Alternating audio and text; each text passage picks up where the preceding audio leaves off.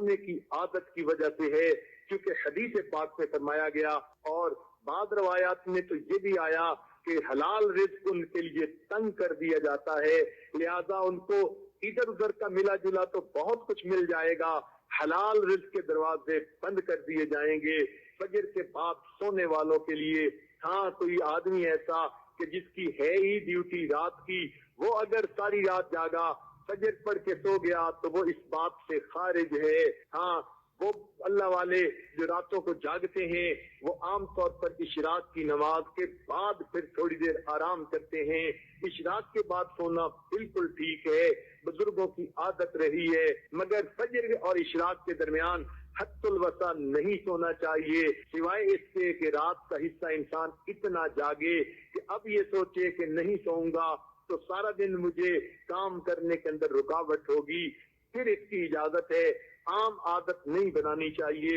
دیکھا یہ گیا ہے کہ جن گھروں کے اندر کچھ کھانا پینا ہوتا ہے اللہ تعالیٰ نے دیا ہوا، تو وہاں پر صبح کے وقت اسی طرح سوئے پڑے ہوتے ہیں بلکہ موئے پڑے ہوتے ہیں، پورا گھر قبرستان کی طرح لگ رہا ہوتا ہے کہ سورج نکل چکا اور گھر کے لوگ جاگ بھی نہیں رہے ہوتے۔ اس لیے کفر کی دنیا میں صبح کا ناشتہ سیریل کا انہوں نے بنا لیا، نہ کچھ پکانا پڑے اور نہ کچھ تردد کرنا پڑے، بیوی اپنے وقت پہ جاگے، خاوند اپنے وقت پہ جاگے، بچے اٹھ کے سکول جاتے ہیں تو وہاں مائیں ان کے لباس پہلے ہی تیار کر کے رکھ دیتی ہیں، ان کو کہتی ہیں بیٹے صبح اٹھنا الارم لگا کر سکول جانا ہے، بچے اس لیے کہ سکول اگر نہ جائیں وقت پہ تو ان کو استاد کی طرف سے جھڑکیاں پڑتی ہیں، سکول کے اندر سزا ملتی ہے، وہ اپنے وقت پہ اٹھتے ہیں اور چھوٹے چھوٹے بچے اپنے کپڑے خود بدلتے ہیں، سیریل کا ناشتہ، ٹھنڈا دودھ بھی مل گیا، سیریل بھی مل گیا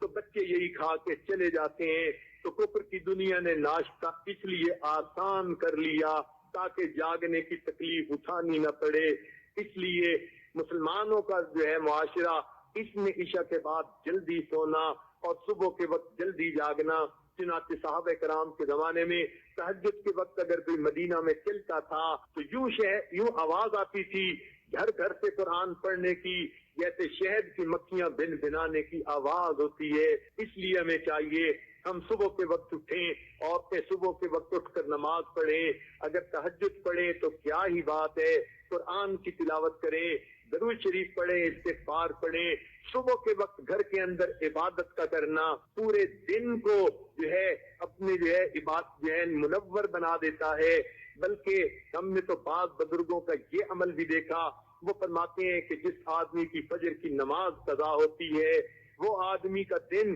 زندگی کا منحوس دن ہوا کرتا ہے، چنانچہ ایک آدمی نے قسم اٹھا لی کہ میں اپنی بیوی کو منحوس دن طلاق دوں گا، اب اسے سمجھ نہیں آتی تھی کہ میں قسم تو اٹھا بیٹھا، منحوس دن کون سا ہے؟ کسی فقیہ کے پاس گیا، انہوں نے فرمایا جس دن تمہاری فجر کی نماز قضا ہو جائے وہ تمہاری زندگی کا منحوس ترین دن ہے، تم اس دن یہ کام کر گزرتے ہو۔ آج ایسے بزرگوں کو بھی دیکھا کہ جو وقت کے حاکم تھے مگر انہوں نے دستور بنایا ہوا تھا، وہ سوچتے تھے کہ جو آدمی فجر کی نماز وقت پہ پڑھ لیتا ہے حدیث پاک کے مطابق اللہ کی امان میں آ جاتا ہے، لہذا وہ حد جو ہے وہ جو سزائیں دینی ہوتی تھی تعزیرات کی وہ اس وقت تک نہیں دیتے تھے جب تک کہ یہ یقین نہ کر لیتے کہ آج اس نے فجر کی نماز نہیں پڑھی، اگر پڑھ لیتا تھا تو فجر دوست کو سزا دینا مؤخر کر دیتے تھے کہ اگر یہ اللہ کی امان میں آ گیا ہم کیوں اس کو سزا دیں۔